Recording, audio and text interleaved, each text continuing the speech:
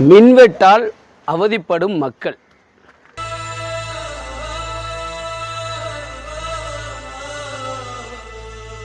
முந்தைய திமுக ஆட்சியில் மொத்த மின்சாரத்தோடைய கணக்குன்னு பார்த்தா 4,97,000 கோடி. ஆனால் திமுக ஆட்சியில் செலவு பண்ணது 5,32,000 கோடி. இதனால் இழப்பு எவ்வளவுனா 34,447 கோடி நஷ்டமாயிருக்கு. ஏன்னா இப்போ வரைக்கும் திமுக ஆட்சியில் மின்சாரத்துறையில் இருக்கிறவங்க கையாண்டது 2.47 லட்சம் கோடி நஷ்டத்தை கணக்கு பண்ணிட்டு போயிருக்காங்க. ஆனால் இவங்க நஷ்டத்தை காட்டினது மட்டுமல்லாமல் இப்போ ஆள்ற தாவேக அரசை 40 நாள் நிறைவு பண்ணியிருக்காங்க. ஆனால் இவங்க வச்சுட்டு போன இந்த 2,47,000 கோடியை சரி பண்ணுறதுக்கு ஓராண்டு காலம் ஆகும்.